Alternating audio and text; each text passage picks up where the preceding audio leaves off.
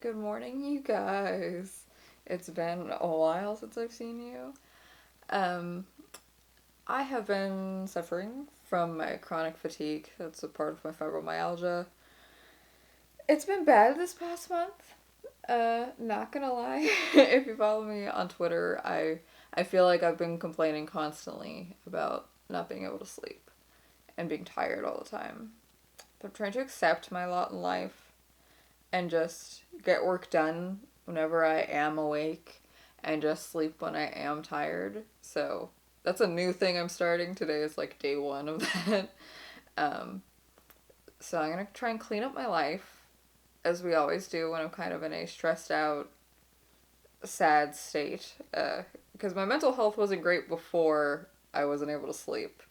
I was kind of suffering from this like numbness that I had in 2016 to like everything and everyone. Coronavirus really did not help by taking away routines and my ability to go out and work in places and, not have my mom here every day.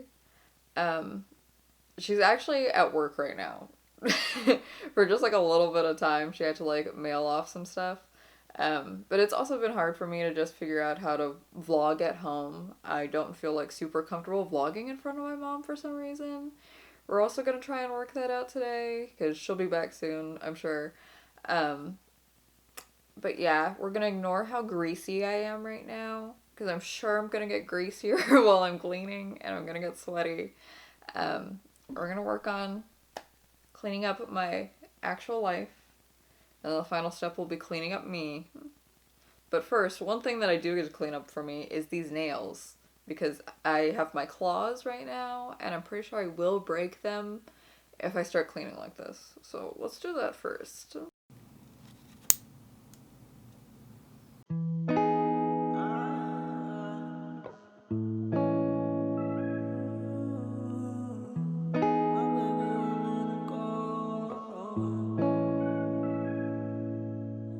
Never ever meant to be so sour, baby. Running out of steam every day, be the same.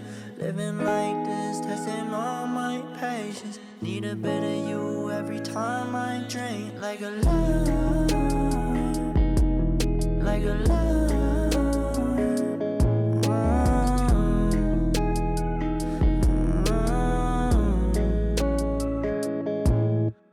They all want something now. I don't got the time to go and fuck around. See my eyes got money bags. I don't rest. I might be a Nike fiend. I need my checks. Headed for the limelight. Ain't just hype. It's not overnight. I take my advice. So now all my clothes are hung and put away, and I'm gonna take off the sheets of the bed after my mom comes back with soup. She's on the way. But while I'm here, I want to just mention some Black authors that I love and some books that I've really enjoyed. Probably my favorite is Cane by Jean Toomer because it's very just interesting for a book. Like it's part poetry, part like play, and then part vignette. So there's like a lot of these like shorter stories that are kind of like if you've read House on Mango Street before. They have a similar feeling to that. And then the last part of the book is more like it's kind of play and short story because it has like dialogue going by person but then also large descriptive pieces. It's a very interesting book, and it talks about a lot of like the differences between African Americans who live in the North and the South, who live in urban and rural areas. Just a lot of differences in like the community that are very interesting.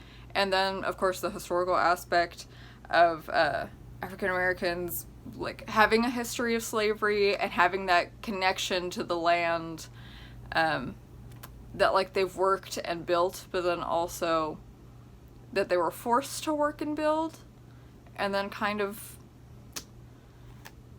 this struggle to figure out exactly where you're supposed to fit in when this was a place that you were brought to against your will. Like, it's very interesting. Highly recommend this book. It's a very easy read. And then the next one is Passing by Nella Larson. This book is a ride. Like, it's fiction. And it's about 3 women. I feel like there's 3 of them. But it's like a gradient. So one of them is like slightly darker than her other friend. And they both probably pass as like Hispanic. And then their other friend who's like blonde and very much passes as white. So it's about being African and the opportunities that you get if you pass for like other races. And how that's a taboo. Like, whether you want to fit in and like blend in or accept your culture and kind of boast that. So this was a really interesting book for me since I'm Hispanic and white, and I mostly pass as white. And it reminded me of one of my playwriting professors, Daria. She's half Japanese, half white, and she was telling me how in most of like her grad school studies, she was the only minority in the room. And even then, she was half. So when you hear things that like white people say and like it's not clicking, how you have to decide if you're going to be that person in the room who says something or if you're going to stay silent. And so I thought that like that was a really interesting connection. I think Passing is like a fascinating book. It's also a really interesting just story between this like group of friends. So I highly recommend that. And then the read upon all reads, Citizen by Claudia Rankine. This is Trayvon Martin's hood on the front cover of this. This is a pretty painful and like intense read. This is also a mixed media type of book. There's a lot of images and art pieces. There's a lot of pieces of media. There's a piece that I shared on here, which was, I think, just like the first section, that talks about microaggressions and just like general aggressions that like people have against Black people, and how each of those tears away at a person, and just like what that does to your mental state. But another really interesting piece in here is the one on Serena Williams, and how when she was at all like the U.S. Opens, like the international opens, that one tennis player, what's her name? Like the shit she went through dealing with this hoe, who like, and her and the association very much tried to make like a caricature about her, and like used her blackness as like a thing to criticize her for. So her curvy body when she's wearing like the required uniform, and like judging her for like being sexy and like these places where she's supposed to be an athlete. And if you guys remember that whole like thing about like her compression uniform and how they're like, this is some kind of statement, and she's like, this is literally for my health and to save my life. But that's after this book. There's a whole lot of shit in here that I didn't know about like Black history in America, like all the transgressions that have passed, like, and so there's stuff about stop and frisk, there's stuff about like different people who've been murdered by cops, different people who've been murdered by clans, the World Cup, the way that like people are like, Black people are just framed differently by the media and like other groups of people. This is also one of the most painful pages. It has in memory of all the people who have pretty much been killed by cops or white people for no good reason. And if I remember correctly from my class that I read this in, every time they publish this book, they change some of the names, like they add on names, and it just goes on. Which is really depressing. but that's a very powerful statement. This is an incredible book. Highly recommend it to everybody. I wish that we would read it instead of To Kill a Mockingbird. Like, this is one of my favorite books in high school, but it paints the white savior narrative, and, like, you know, it's one of those timely things where it's like, it's good that a white person was, like, there to help out a black person who, like, and they, like, use their privilege to try and help them out. It's still a little weird. I would much prefer that, you know, one of these other books was taught in high school instead of this one. It's still important. I clearly marked it up a shit ton for my AP classes, but I digress. Black Lives Matter, guys. Follow black artists, support black artists. I'm gonna put a bunch of links to more book recommendations below. That donation page that has, like, all of the major donation pages on it. And if there's any other ones that I feel like need more support, I'm gonna put those below. Shit's been happening in the world. I know we're all overwhelmed with the shit that's happening in the world. There's coronavirus. There's injustices. We're gonna yell and we're gonna be angry for a while. And that's okay. We can do our best to educate ourselves and to support others and to not be assholes to each other, because, again, we're all going through a hard time, and to be forgiving of people who are learning to be better. That's something I struggle with, something a lot of us struggle with, so just wanted to add that in there before I go and have my soup, and then we'll get back to my thoughts and whatever cleaning things.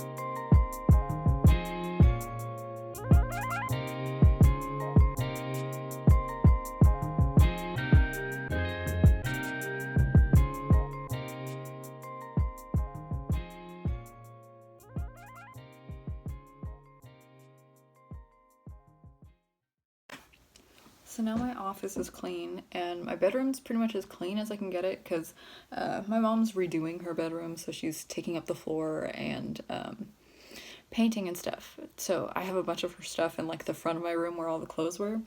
So that stuff kind of has to stay there.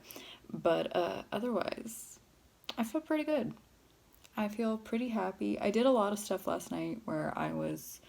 I decided to use my insomnia to update all of my social media pages, my Patreon, my Ko-Fi, my Twitch.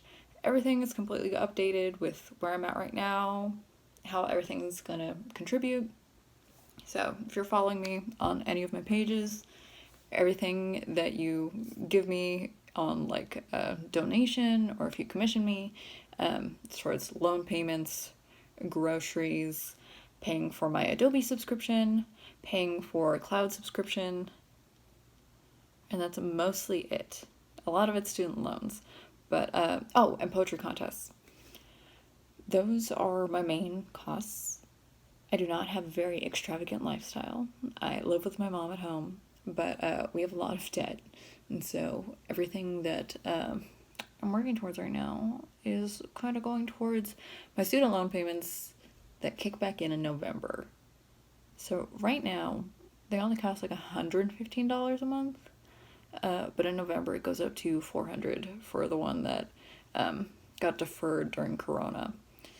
So, I'm doing art full time. That's terrifying to say out loud.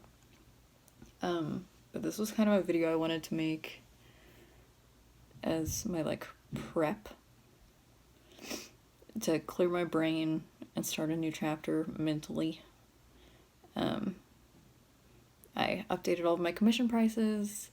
I have been looking through all of my art and have been thinking about things that I want to do as prints. Looking into getting a P.O. box. I have that 3D printer back there that I still haven't used. Gonna be using that.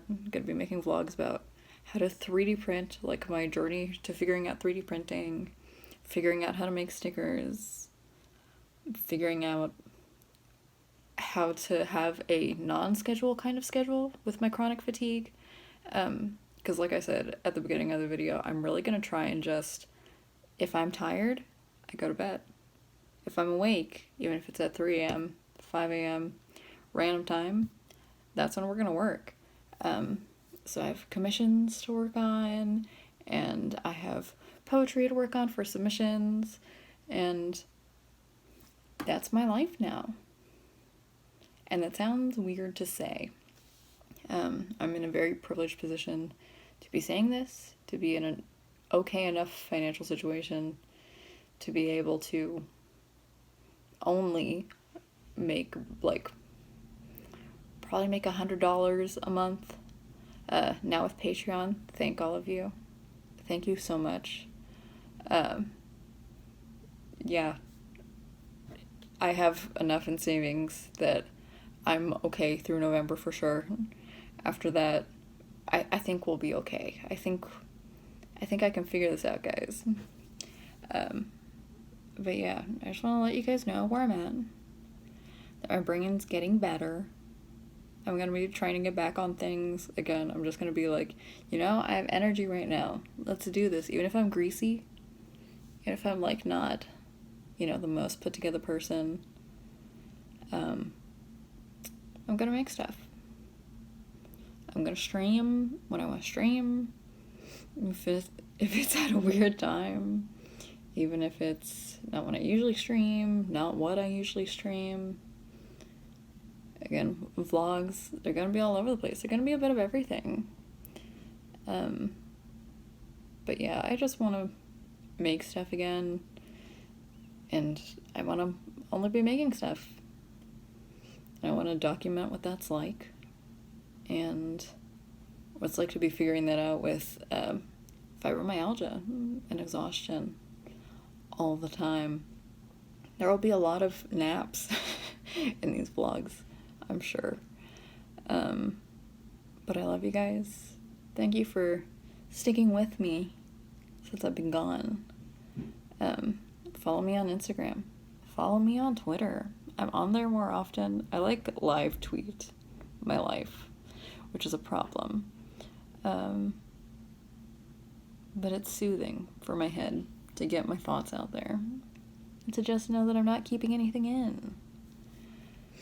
Which is also kind of why I want to do this. Because I want to express issues and, like, what I'm failing at as it's happening. Because too many people only show when they've, like, already become established to things. And how that worked out. I like to fail in public. I like to be like, I thought I was going to print stickers back in November, December, or in June. I never figured that out. I have a sticker machine that one of my cousin's friends gave me. I have a 3D printer that I got for Christmas from my tia's boyfriend. I don't know. So, we're going to be figuring out stuff. We're going to be failing. It's going to be messy. It's going to be fun. Stick around if you feel like it. I love you. I missed you guys so much. It's also weird for me to figure out how to film again.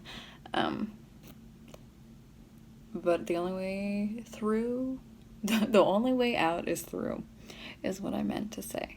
I love you. I'm rambling now. Bye-bye. See you next time.